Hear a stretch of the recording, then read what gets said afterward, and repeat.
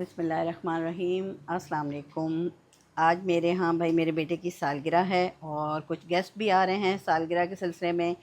तो आज मैं बना रही हूँ जो मेरे बेटे को बहुत पसंद है, बिरयानी बहुत पसंद है उन्हें, जिसके लिए आप देख सकते हैं कि मैंने सब तैयारियाँ की हुई हैं।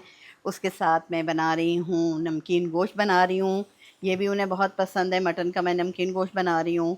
इसके साथ उन्हें वाइट सॉस पास्ता पसंद है, ये भी मैं इस तरफ बना रही हूँ। और इस तरफ मैं बिरयानी के लिए प्याज फ्राई कर रही हूँ।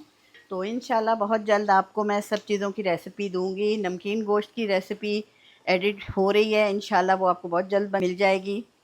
मैंने कल भी बनाई थी, आज फिर मैं बना रही हूँ नमकीन गोश्त। तो इंशाल्लाह बहुत जल्द आपको ईद की जो होंगी रेसिपी वो आपको मैं दूँगी इंशाल्लाह।